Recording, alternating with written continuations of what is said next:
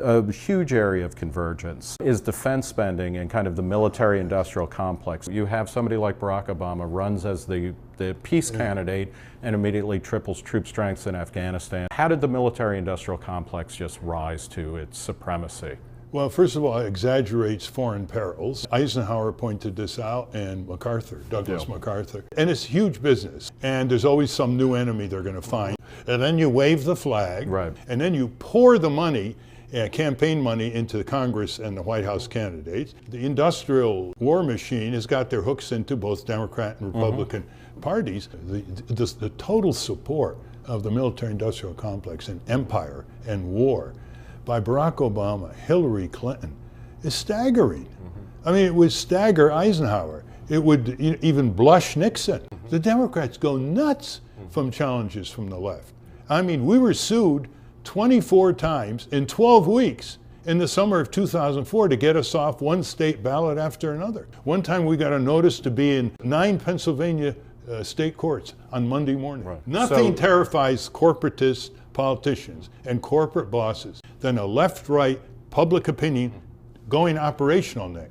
The key is becoming more visible, becoming more strategic, getting media, getting on the table of candidates and political agendas by incumbents.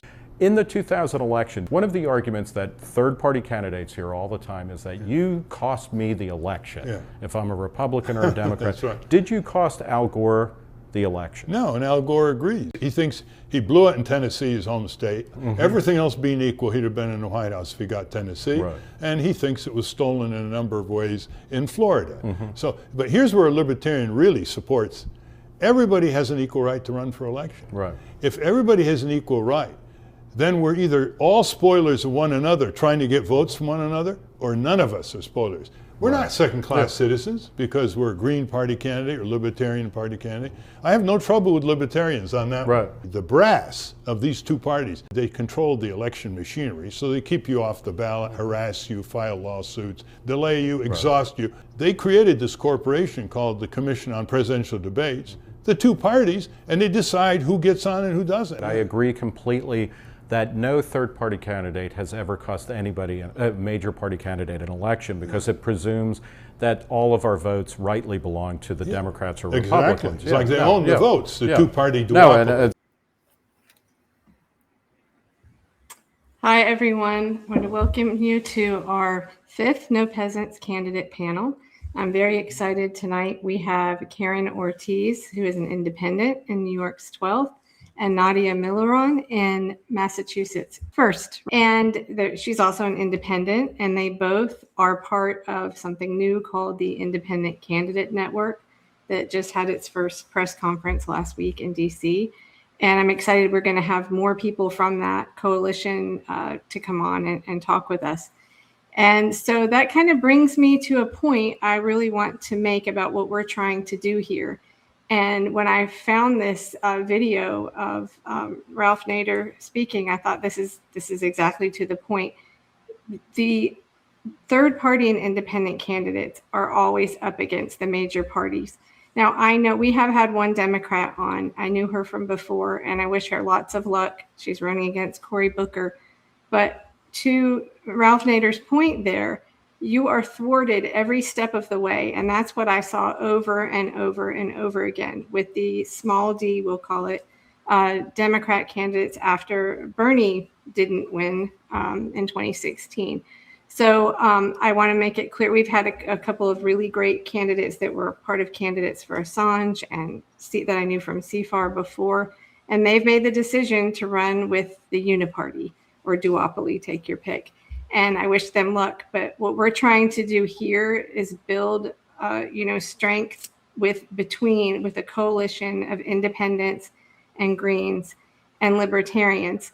So there is kind of an exception, and that is that Jose Vega, who is an independent, who has been on this panel, he has decided to run as a Democrat in the primary in New York. But New York is only one of 2 states, I believe the other one is Connecticut, that does not have sore loser laws, and meaning that he can, if he loses, he can still turn around and run in the general as an independent. I have a feeling they'll change that after Jose runs. But anyway, with that, I also wanted to just quickly say something about the candidate pledge. I think I probably should have clarified this a little better in the beginning, but I've got these graphics of sort of a simplified version, but you can see the full pledge on nopeasants.org. And I wanted to be clear that if you decide to sign it, it isn't a requirement to participate, in these discussions with us. Number one, no more war, freedom of speech and the surveillance state, First and Fourth Amendments, government transparency, demilitarize the police, election security is very important, and transparency in the justice system and legal system, environmental hazards, specifically things that are really local, and then healthcare reform, which is an area that Greens and Libertarians disagree on, but I believe there's room for discussion there. But the point with the pledge is that if you have something that is really specific, it was a little difficult to decide whether to be vague or specific. So if I'm really vague, maybe it has no power. But if I'm too specific, situations can change or certain things on it might not apply to you. So I want to invite anybody that's interested in signing it to, if you have ways that you want to alter it, that isn't like totally vastly different from this, obviously, but like I have open primaries, support open primaries. And I think that's an issue for some Greens, maybe even in my state, North Carolina. So if you want to alter anything, that is, I think, a great idea. Alter it, and then you can use it. You can put it on your website. And I am not the one that came up with the idea of candidate contracts. It goes way back all the way to Grover Norquist, I believe. And CFAR used it as well. It hasn't been tried in a court. So we have a judge here. Maybe she could speak to whether she thinks maybe it would hold up in court or not. As far as I know, that's never been tried. But it is just a way to signal to your supporters that you are serious. So with that, I will hand it to Phil. Hi, everyone. I'm the Libertarian representative to this gathering, I suppose. But that being said, I'm in Wisconsin. I have currently have started the Disrupt the Corruption PAC, which I'll explain sort of in a minute. But I've run for office statewide 3 times, twice for state assembly. I've been the Libertarian Party of Wisconsin chair, served on the Libertarian National Committee. But beyond all that, my last campaign in 2024, I ran as Disrupt the Corruption rather than a party title, because my goal, and it was, I think, successful in terms of networking, was to reach out and find people and campaign with people who had common cause against the duopoly. So I worked with the Wisconsin People's Party, the Wisconsin Party, the Socialists, the Green Party. We had peace rallies. We did a bunch of stuff because, as you kind of alluded to with the healthcare issue, Kelly, we may have, in some cases, vastly different solutions to the problem, but we all know what the problem is, and that is duopoly control of these systems for their own profit. So that's what I'm about now. I may or may not run for office again, because as any of you have run before, you know that it's difficult and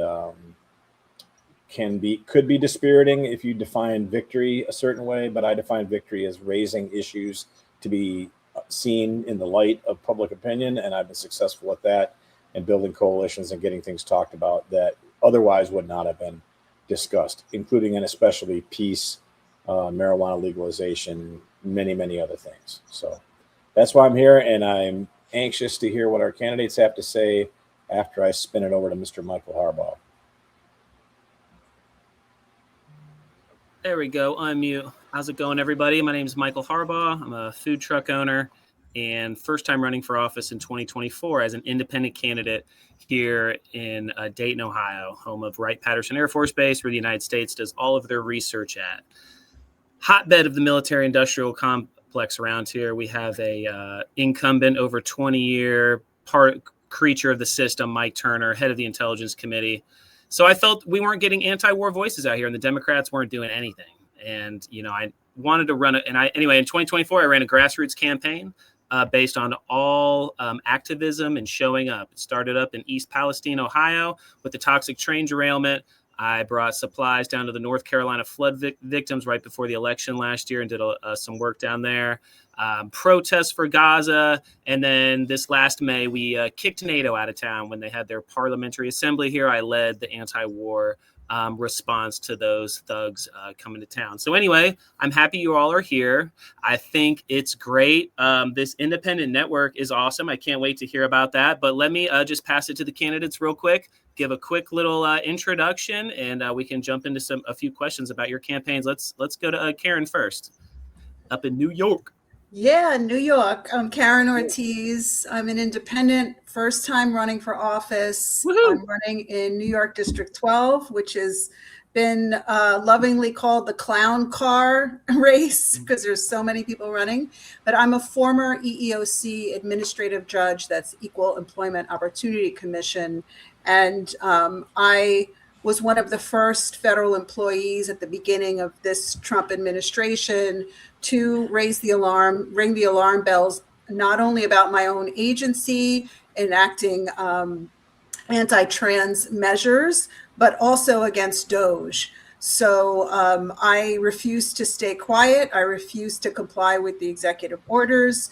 I had sent some internal emails telling the chair of the agency, the acting chair then, now she's been confirmed and is the chair of the agency, basically telling her she should resign, that she was breaking her oath to the Constitution. Somebody leaked one of those emails. It got on Reddit, it took on a life of its own, and I was sort of thrust into the public. I'm actually quite the introvert, but I decided to run with it. I stayed firm, 10 toes down on what I believed. The agency eventually fired me last June, and all they did was set me loose so I could run for Congress. Awesome. Between then and now, I also participated in the Global Samud Flotilla, and that's where I met Nadia's two of her children, and I've been very active in Palestine liberation movement, as well as anti-ICE movement,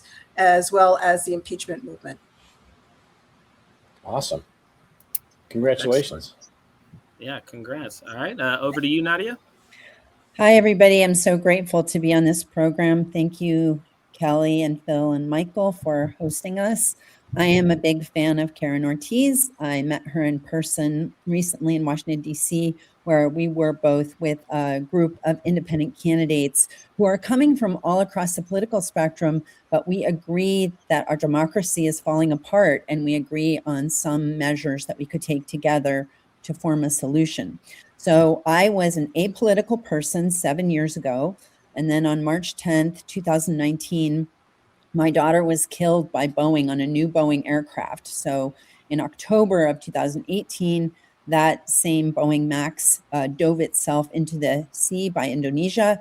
And then on March 10th, 2019, the same new aircraft that had electrical faults in December dove itself into 4 farmers' plots of land in Ethiopia, just 6 minutes and 40 seconds flight outside of the capital where it took off. So I was devastated, of course, by this. I had been a very private person, despite being an attorney, despite being the niece of Ralph Nader. I thought politics was a dirty business and I didn't want to get involved. But I still didn't want to get involved after this crash happened. But my uncle, Ralph Nader, pointed out to me that the FAA had decreased the comment period to get the plane back in service in May of 2019 from 30 days to 15 days. So that meant they were rushing it. That meant that they weren't fixing the problems with the plane or even investigating what those problems were. And so I actually got involved politically, not because I thought I could cause the plane to be fixed, but because I thought that if a third plane went down, and I had just sat on the couch crying about my daughter, that I wouldn't be able to live with myself. I might do away with myself then, because if I was just quiet and let another plane of 160 or 70 people go down and I just said nothing, how could I stand myself after that? I knew that there was something wrong with the plane and that it had to be fixed. So at that point, our family went into high gear, and we did a lot of work in Washington with the three branches, executive, judicial, and Congress. And there was a big investigation, and Boeing was found to be at fault. We also filed a civil suit against Boeing, which is still in process. The criminal suit, we lost that, but I mean, of course, we had no standing as families, but we intervened as victims, and it took us 1.5 years to be adjudicated victims. Anyway, the judges ruled against us in that case, but we are appealing to the Fifth Circuit in Louisiana. So for 7 years, I've been involved in this kind of advocacy and making things happen, and I actually have helped pass legislation. And feeling energy from that, I actually went to Illinois because I thought, oh, Boeing needs to have a calculator where they can't insure for wrongful death. And so if there's punitive damages for wrongful death in Illinois, they won't be able to insure. And then their calculator will tell them that they have to clean up their production process and they have to make sure these planes are safe. But actually Boeing moved to Virginia in the process of that. However, in 2 legislative cycles, I was able to help pass punitive damages for wrongful death in Illinois. So now there's about 35 states that have that. So with that kind of success, in November of 2024, I saw that my member of Congress, who has been in Congress before the Berlin Wall fell, he was elected. Wow. Right? So it's been 38 years for him. So he, yeah, but he was the least responsive office, and he was my representative, and he was the least responsive of over 200 offices that we went into and worked with on a daily basis in Washington. And so I thought, this is crazy. Nobody's running against him. No Republican, no Democrat. It's just crazy. I'm just going to run. And I had no idea like what to do, but I ended up getting 37% of the vote. And more importantly, 133,000 votes, which means like if I get that number of votes again, then I would win the midterm election. If I could motivate, it's not an easy thing to do, but if I motivate and say to those people, hey, you voted for me once, go out and make good on your investment and get the first independent woman into Congress. That would be great.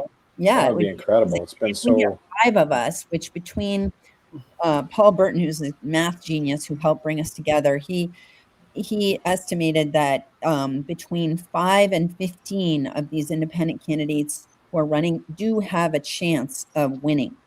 And there's more than 30 who are running. But nice. If we get in, we can deny the Republicans and Democrats a majority, and we can actually change wag the dog. House so that there are single subject bills, so there's more accountability, and we can start to rehabilitate our democracy. So. In withholding your vote and doing a voting block. And I think on that note, let me bring Karen in and ask you about that. You're a board member on the Independent Candidate Network. What is your ideas behind forming a voting block of independent candidates to stick it to the Democrats and Republicans in Congress? I mean, I see it more as not so much sticking it to the Dems and the Republicans, but giving the American people a fighting chance. The way, I was a lifelong Democrat. I only recently left the Democratic Party because I was so disgusted with how they treated federal employees and they didn't fight for us and a number of other things. But for me, the mask started slipping when Obama was in office. I was like a Ray-Ra Obama fan, and he referred to, I think it was Edward Snowden, as a hacker. And something went off in my brain and was like, huh? You don't call an NSA contractor who's got a high level of security clearance a hacker, like an offhand comment. So the mask started to slip for me on the Democratic Party back then, and it's slowly built. And I started to see, and now it's really obvious how the Democrats and the Republicans are acting as one party. And you even saw it in the last vote, where it was just the number of votes from the Dems that was needed to not get the job done. So I see this as more of an offering to the American people that we're going to go ahead and do this. We don't need the establishment Dems and the GOP to give us permission to run Well, as independents. you can I think you can stick it to them in a way, and I understand what you're saying too, so I don't totally mean that. But at the same time, though, like if 5 people, 5 independents, you can form a voting block. In a way, you can control what passes. And we saw this in 2020 with the whole force the vote on Medicare for all that they were trying to pressure progressive Democrats to do, and a lot of people online community, and they chose not to. But and then I think you saw House Republicans use some leverage, Tea Party. So anyway, in a way, what do you think a Congress would look like, Karen? And then I'll ask Nadia the same question about if there's a block of candidates that can, in a way, decide what passes and what doesn't. Yeah, well, I mean, I one of the things that we do want to impose or bring back really is decorum and single subject bills. So I think that is super, super important. You get these bills and they shove stuff in at the last minute. They really screw over the American people. They mess with the budget. So I think that to me is a big draw. But just Nadia had referenced earlier that we had met in DC. So we had our first meetings in person with, there were 12 of us from the Independent Candidate Network in DC for a few days, meeting, doing all of the things. And we are all very different. Some of us are super left, some are right. We have libertarians, and we were all amazed at how we could work together.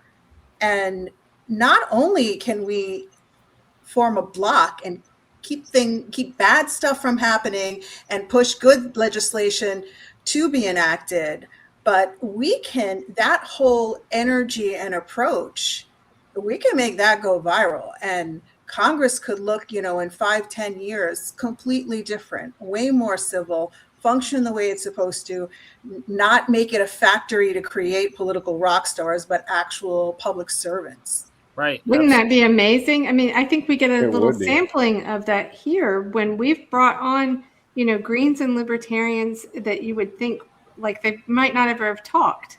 And we sit here and we have conversations about, the surveillance state, like Snowden, or, foreign policy. And it's amazing how functional that is. But or even the insurance industry stranglehold on and whether you want single payer or free market healthcare, the problem is the same. It's the stranglehold that the insurance companies have on the process and the politicians that they own.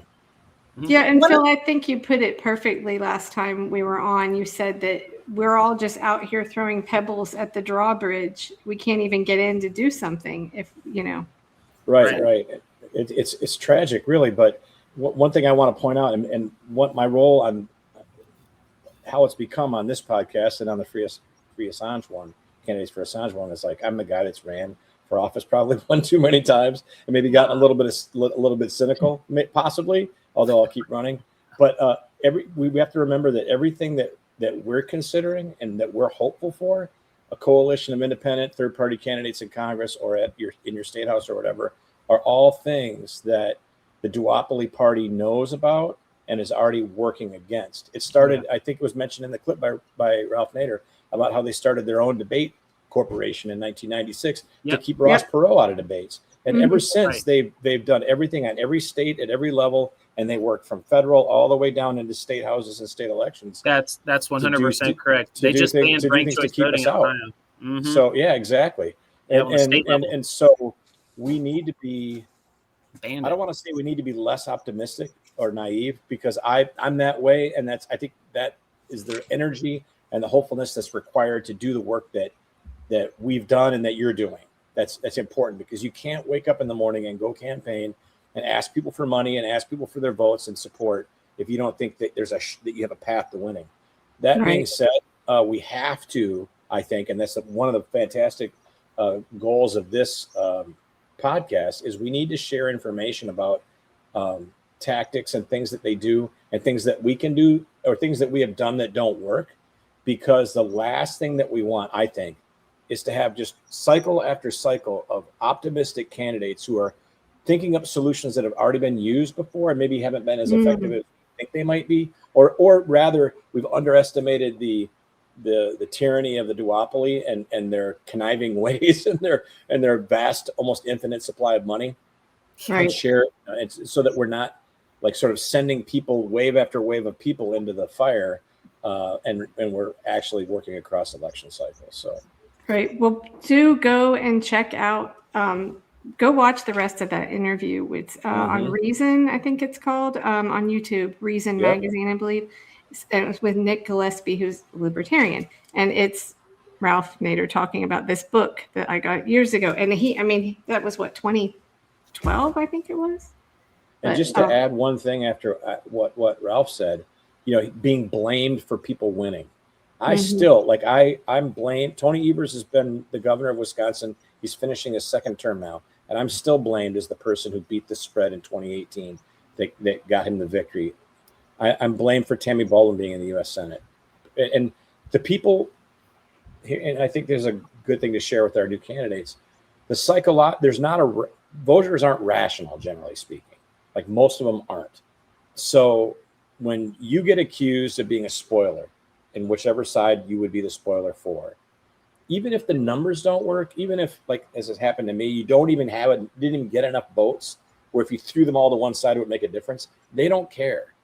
People who are totally immersed in supporting one of the duopoly parties or candidates are just looking for any sort of even implausible lie to believe, rather than to believe that things are unfair, their candidate isn't virtuous or standing up for right. They will discredit facts, they will discredit science, they will discredit math, public records of vote totals, etc. They will disregard all of that and believe the most craziest lie. I'll give you one last example, then I'll shut up for now.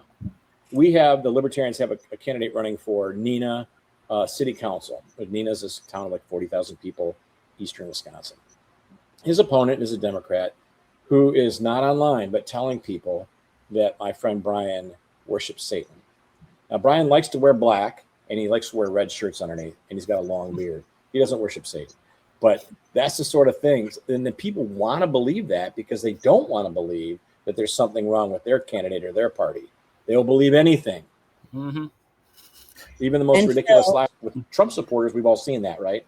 Especially Trump supporters. But that's a psychological thing that you have to calculus into assuming that you can persuade people, because hopefully you will, but there's just really an uphill climb to fighting this psychology. Well, Phil, that really is the reason why this is such a magical year and why this can happen this year, is that the voters are so fed up. Like, they don't want, at least in our district, they do not buy any of these lies. They know that the Democratic Party has not served them. And that's what the independent candidates together agree on, that we want to defend democracy itself.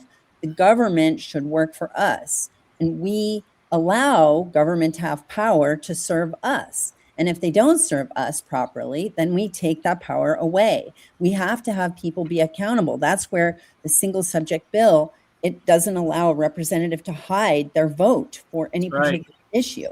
Can I ask? That's why I would argue it'll be very difficult to make that happen, because there's been people like Rand Paul, Thomas Massey. I'm sure some Democrats have stood up for that. But if they're true votes, which are already sold to their donors and to the big unions, or not unions, but the big corporations and the lobbies, I meant to say, were known, then the whole system would fall apart. So they will do anything to stop that. And I hope we're successful.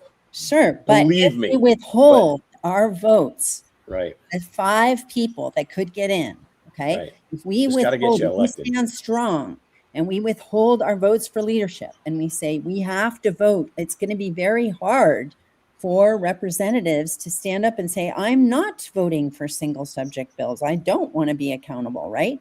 Then they're facing losing on those issues in the future. Because, yes, I know there can be spin and all this, but that has been introduced before too. The One Bill at a Time Act, et cetera. But you didn't have the people who are willing to withhold their vote for leadership until this happens. So I think that one maybe difference or something I'm introducing to the group here is the need for pressure. All right. So, for example, a bipartisan legislation that passed in December of 2024 was the Social Security Fairness Act. Ronald Reagan had this draconian rules that said that people were double dipping for their Social Security if their spouse got a private pension. This is not the case. And the mathematical formula was crazy, and it caused people in public service to be impoverished, especially women who lived longer than men. So ultimately, 85% of those 3 million people affected were women.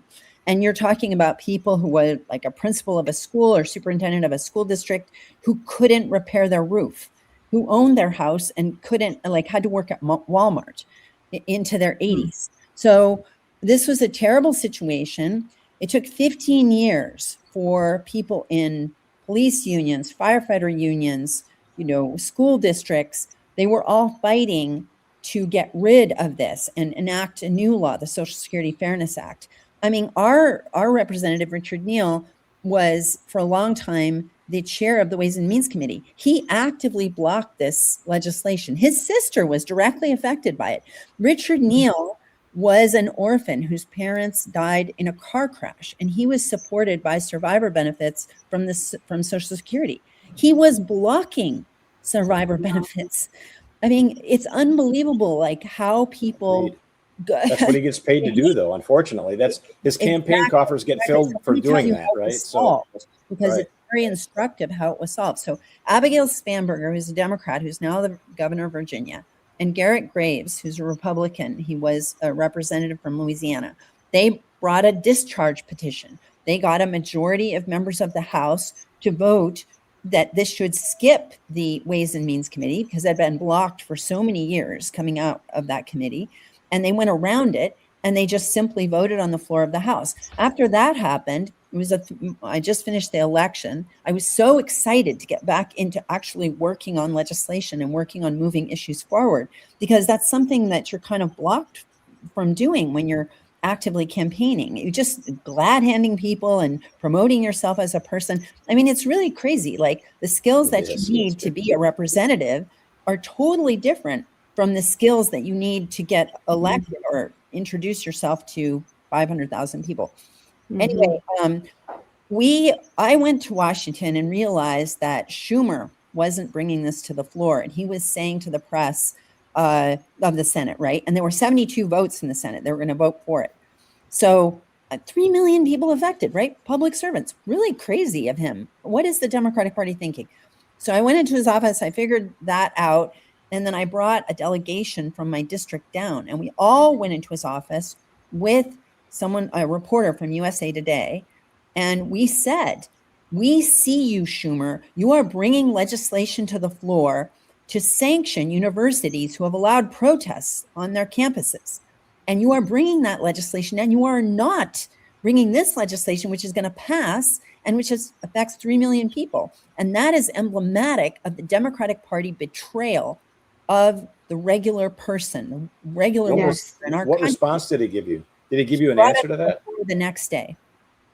Nice. Wow. So I'm not saying that I was part of those many, many years that it took to pass by a large majority this legislation in the House, or to bring the Senate to be 72 votes in favor of. That took a lot of work, 15 years of work. But I was aware of what Schumer could do, either bad or good, because Boeing has on all their aircraft, they have a text message system for alerts, alerting the crew, right? If there's an emergency, it gives you a priority, green, yellow, red, and what you have to figure out.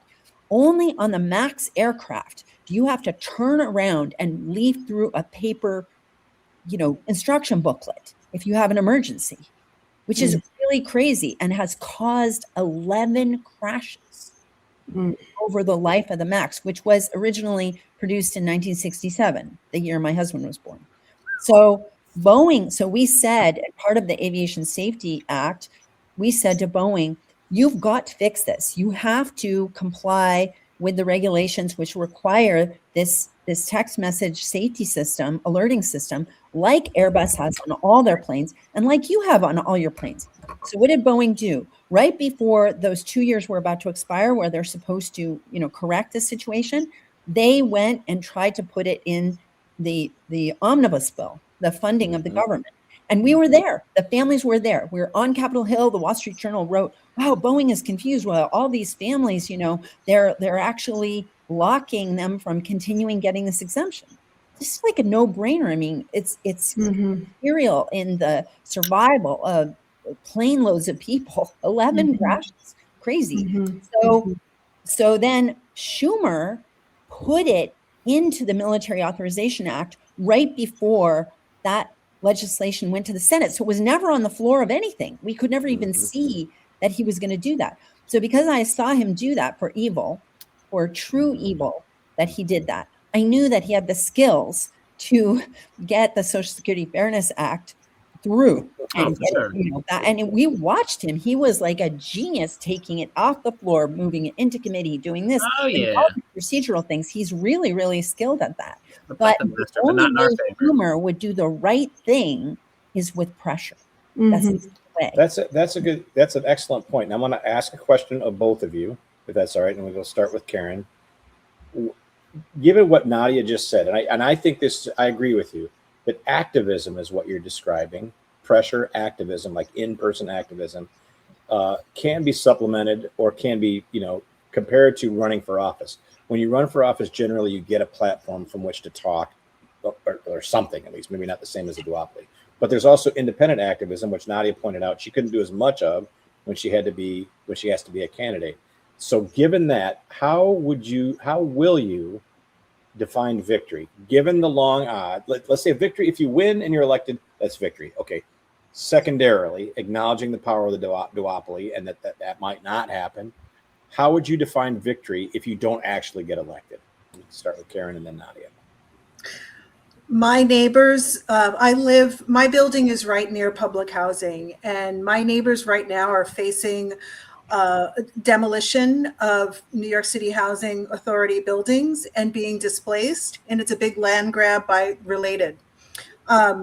This issue is near and dear to my heart. So me personally, I would consider a victory if I don't make it into office, if I push every other candidate, at least the Democrats that are running, to take this issue up, and whoever gets into Congress crosses the finish line, brings that issue, and make sure that HUD is fully funded, that these folks are stay in their homes, that their apartments are rehabilitated, and that their Section 9 is saved. They're trying to turn it into Section 8, which is vouchers, and they have much less tenant protections. That is, for me, what would be victory. And I've already started to make friends with the other candidates and say, like, this is our issue. This is our issue, whoever crosses the finish line. And I said this to Jack Schlossberg, who's the candidate who's running in my race. I've been dropping messages and everything and said, if you win, take this with you. I'm going to put everyone's feet to the fire. I'm also organizing a screening of a documentary about this very issue and inviting every candidate that's running, plus our local elected officials, the community, the tenant leaders, to champion this issue. And that is what I would consider success for me if I don't win. Very That's nice. awesome. I want to say something though. Democrat. I voted Democrat as well. I voted for Obama twice. But I think once you wake up, which I think a lot of people are now, I love this cartoon. I saw antiwar.com had posted this article by John Reynolds. I'm not sure if this is his cartoon or not, but I thought it was perfect. And I think, when you wake up to the fact that whether it's foreign policy or a whole bunch of other things, it's like the Republicans, we know where they stand on this. And with the Democrats, it's like they're trying to pretend that they're not on the same page with the Republicans on all of these issues. And so I think you're right, Nadia, though, that this year is really a time because we have on both sides people that choose these lesser evils.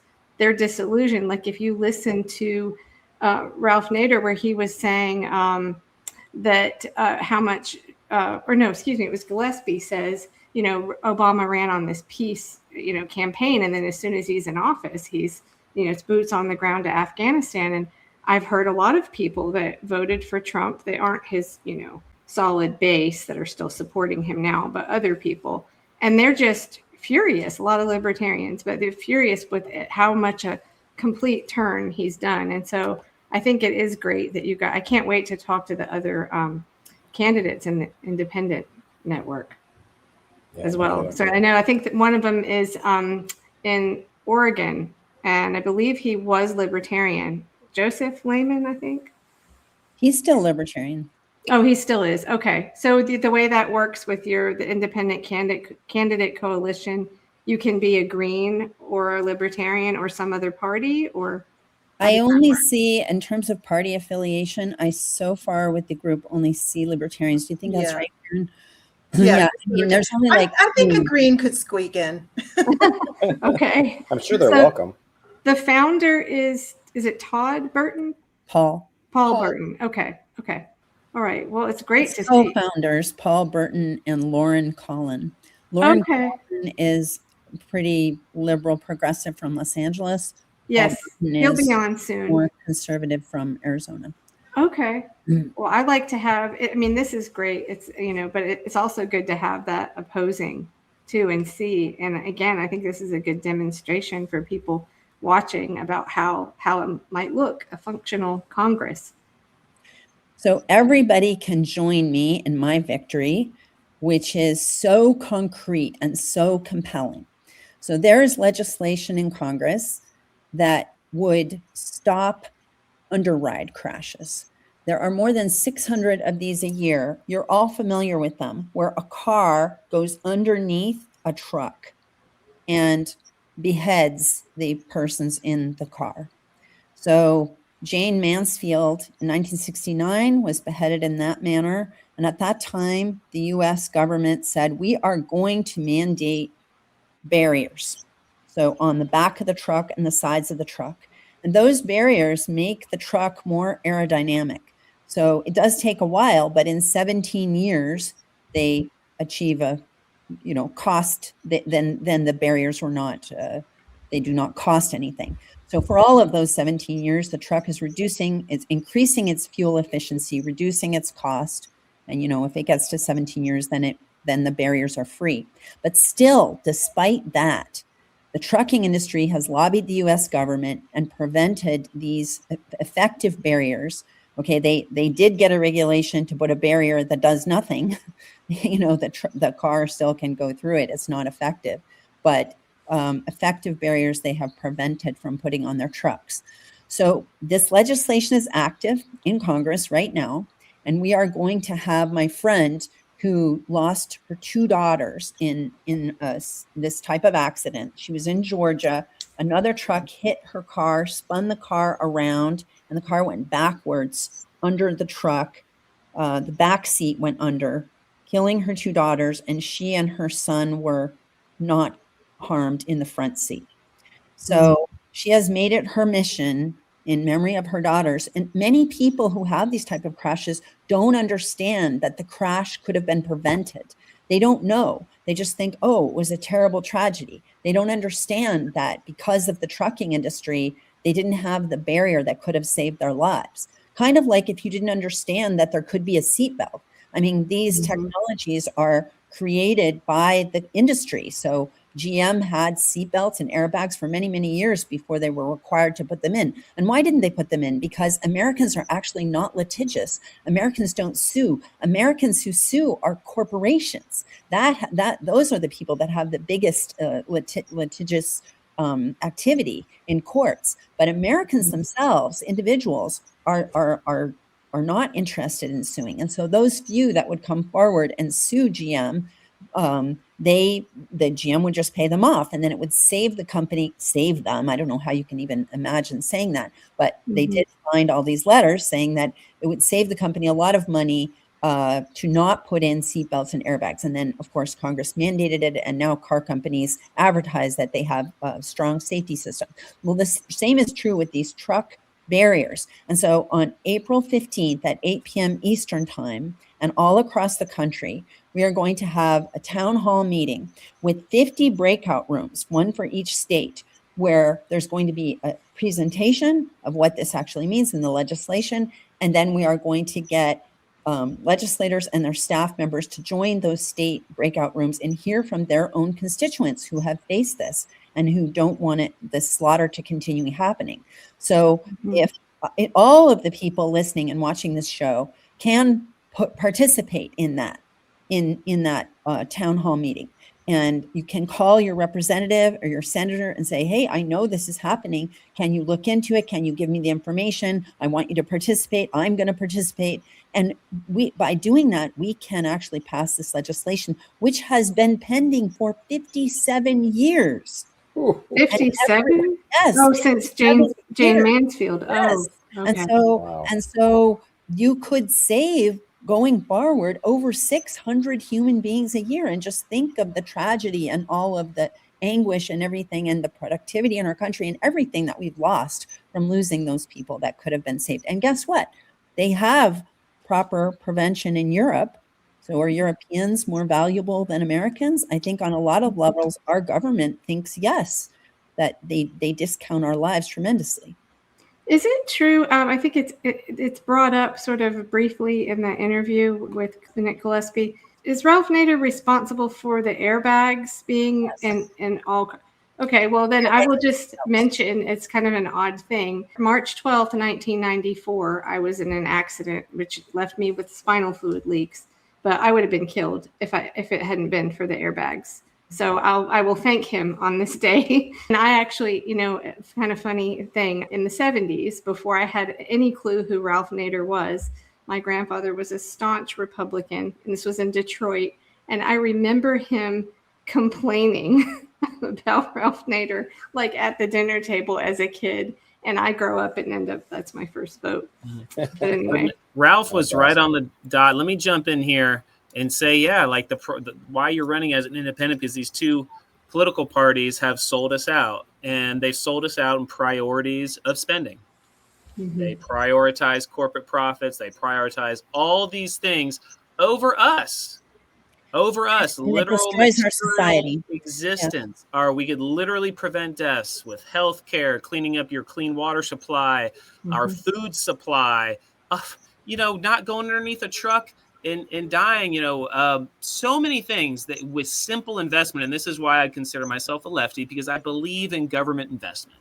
And I believe that the government as a wealth, vehicle and a funding vehicle is one of the most effective ways, and combined with the power of the law behind it. And so I believe in investment and not just letting the free market go. So anyway, again, making you're trying to pick a fight, aren't you? No, I'm not.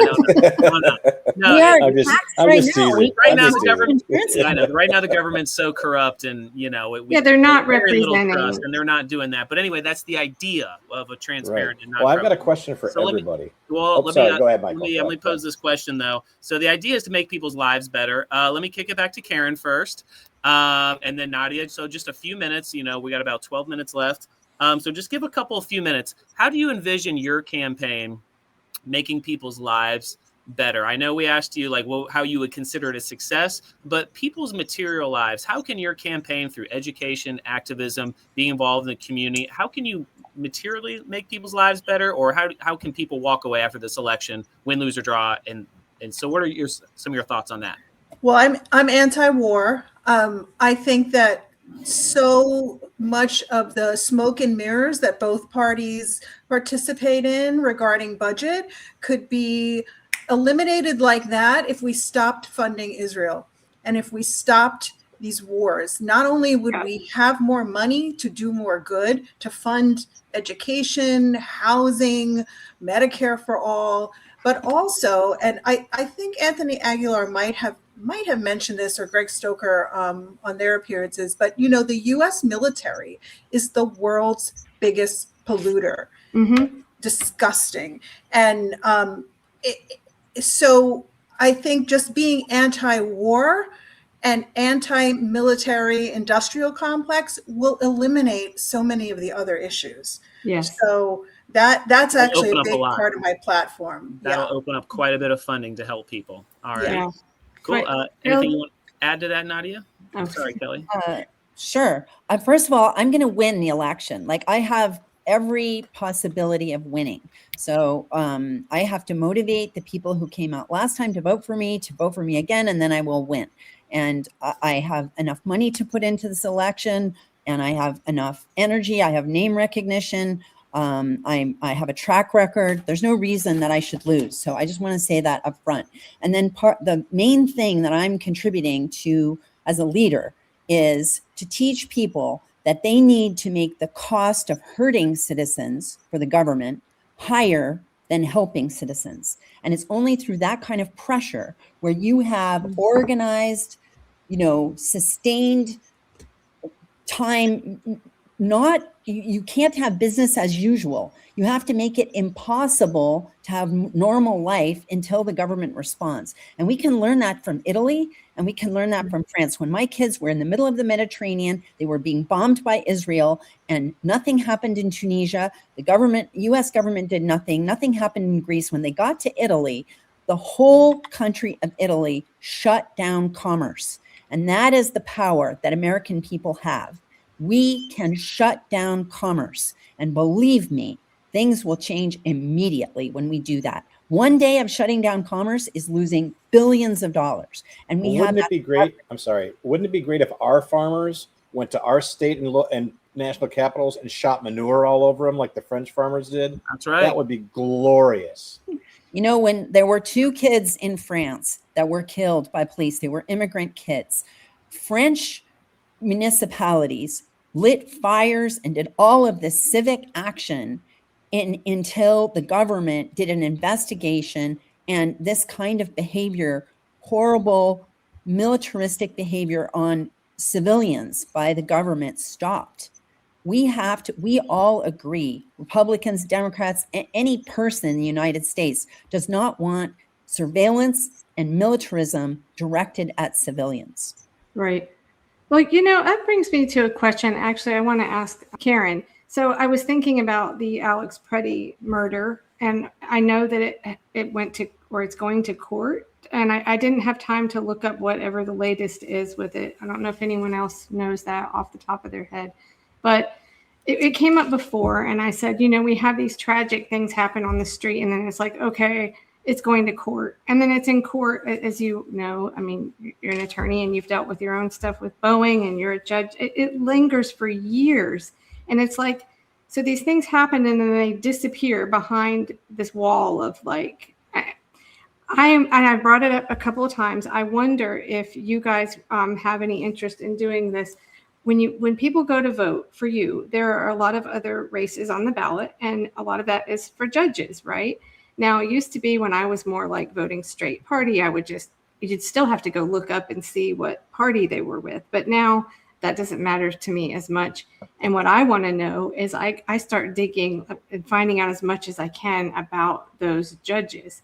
And I'm wondering if we could do something where there's education for voters about like, how did these judges rule on landlord-tenant cases or whatever, anything, stuff in the community. Like, I think that would be a really great action item thing for like a campaign volunteer that likes to do research. What do you think? Kelly, that warms my heart. Oh, good. As an administrative judge who stood up and did the right thing and was fired for it, I think that judges and attorneys should be held to the highest standard. And it makes me sick that there are so many judges and attorneys who are not doing the right thing, who are staying quiet and being complicit, and they all need to be called out. But what you're talking about, I had a seed of that idea a few years ago and bought a web domain name for a project. I have so many projects in my head, and it is a transparency project. The web name is prosay.com, but great. pro Yeah. SAA instead of SE. Okay. And it would be educational, not only walking people through what each system, what each tribunal, how it works, what to expect. So many people represent themselves, but also this element of like, this is who's up for election. This is what their experience is. And you can do it in a way, not that it's infotainment, but A lot of people learn more visually. There's so many ways to present that information to make it more easily digestible and fun and engaging. And I think it definitely needs to be done. And that's something I'm on board with 100%. Wonderful. So the website, is it still up? No, I bought the web domain. Oh, you bought it. Okay. I got sidetracked by life. Yeah, I think it ends up being this just wall of power that we can't see and the people can't see. And it's by design. Right. My entire profession is by design. Our laws are written or were written to exclude people. And Nadia, you brought up that it's usually just companies that sue. Well, that's because, you have to have a lot of money to bring a lawsuit, and it's intimidating. And yeah, the judges, you have no idea who's who. Kelly, I'll just say one more thing. Yeah. I'm in the middle of my own whistleblower lawsuit, and I've had to hire attorneys because it's such it's an area that requires such expertise, and it's costing me a pretty penny. Plus, I'm running for Congress, so and that's me with legal knowledge, with some resources. So the everyday American who doesn't have that particular those access to those particular tools is really like left in the dark. It's kind of tragic, actually. Well, as a judge, though, do you have any objection to that? No. Okay. Because No. I think my whole career has been in public service. My salary, everything is all out there. And I think when when you're in a position of public trust, you need to be transparent. You shouldn't be afraid to have your record out there for people to scrutinize. Right. But some won't like it, I'm sure. Not too bad. I love it. Okay, great. I think that's something we need, what Phil was saying, coming up with ideas of things that we can do. I think things like that will get the public's attention and go like, hey, this candidate means business, And you're being paid by the public. It's like it's almost like the single subject bills. You can't hide. It's the same idea. Transparency when you're in a position of public service and you're getting paid by the taxpayers. Right. If you don't want that, go into private practice. Right. Phil, were you going to ask something? It was a bit ago. Yes, I was actually. And I think it's something we'll all agree on.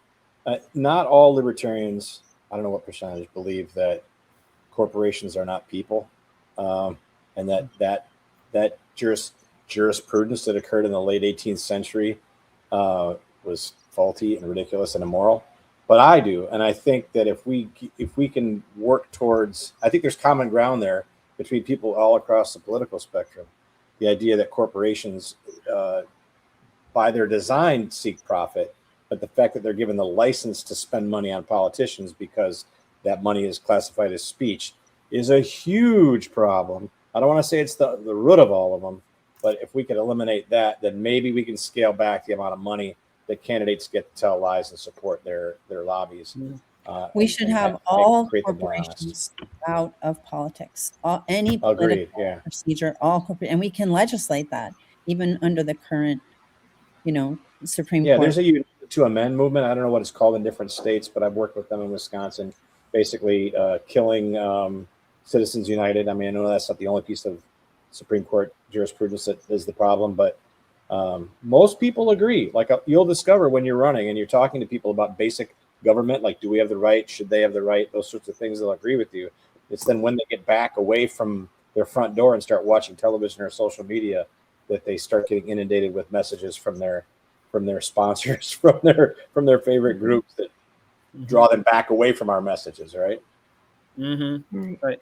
Hey, I got a question here. To other independent candidates out there or third-party people, Nadia or Karen, what is like a benefit of joining the independent network? What is your vision for the independent network? What would you like to see other libertarians, Greens, third parties, people do with the independent network?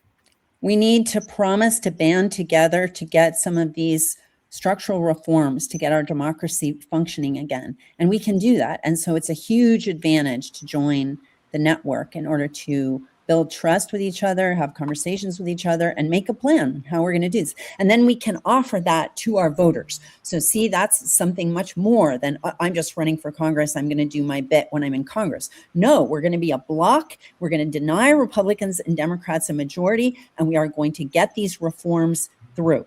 Love that. Karen, did you want to say anything? Oh, I'll just say beyond that, like, yes, amen to everything Nadia said. Beyond that, you know, I'm meeting with people that live in very different areas and learning about their constituents. And we can also co-sponsor legislation, you know, maybe something that's really important to someone in Montana doesn't affect, you know, Right. what the legislation they want to push through is not negative to, doesn't affect my district, but that's something I can co-sponsor. We can learn about each other. It's making bridges. I mean, it was incredible when we were all sitting there. We're all so different. When the ICN was in DC, and we had this moment where we looked at each other. We're like, this is it. This is the magic. This is what it really looks like to have the people run the House.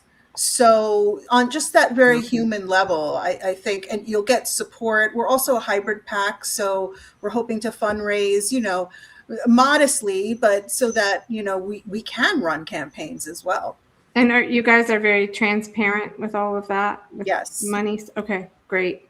All right. So, and the website, I should have it pulled up here. I have your individual campaign websites up. IndependentCandidateNetwork.com.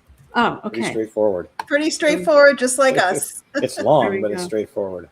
Great. Well, this has been so great. I can't wait to talk to more of the independent candidates, and this is wonderful. And we'd love to talk to you again sometime. Thank you guys so much for both of you for coming on. Thank you Thanks for very having much. us. And Thank you. everybody, Hearing from you you. know, pitch in and be involved, because this is the future. And do you want to give your websites too? Let's see. I have Karen's right here. KO for Congress. KO, the number Here we go. 4, Congress. Okay, there we go. And this is Nadia's. Let's see, did that show up? There we Yep. go. Okay. Okay, great. Thank you so much. Thank you. guys. It was a Thanks, wonderful everyone. conversation.